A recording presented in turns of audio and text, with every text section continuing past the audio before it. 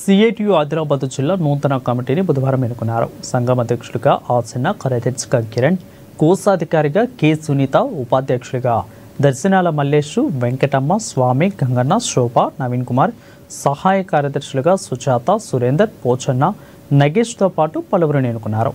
ఇక అసంఘటిత కార్మికులు ఎదుర్కొంటున్న సమస్యలను పరిష్కరించాలని, ప్రభుత్వాలు చర్యలు తీసుకోవాలని వారు డిమాండ్ చేశారు.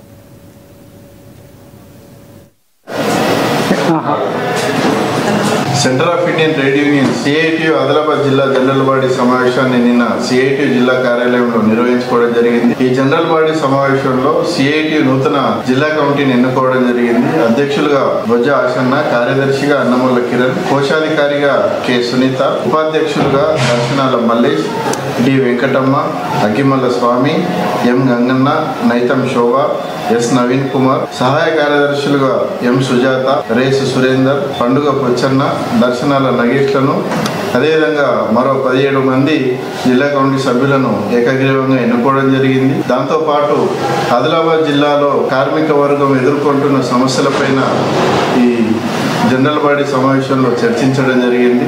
ఆ సమస్యల పరిష్కారం కోసం పలు తీర్మానాలను, ఆదిలాబాద్ జిల్లా సమగ్రాభివృద్ధి కోసం పలు తీర్మానాలను చేయడం జరిగింది.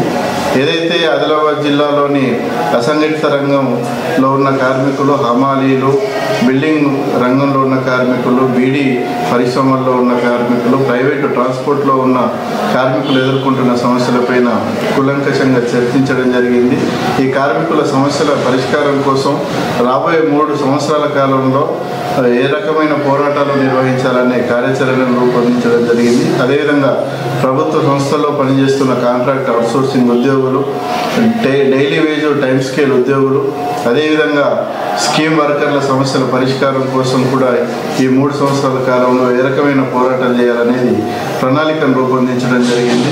అదేవిధంగా కేంద్ర రాష్ట్ర ప్రభుత్వాల నిర్లక్ష్యం ఫలితంగా జిల్లా పారిశ్రామికీకరణ చెందకుండా వెనుకబడిన పరిస్థితి ఉన్నది.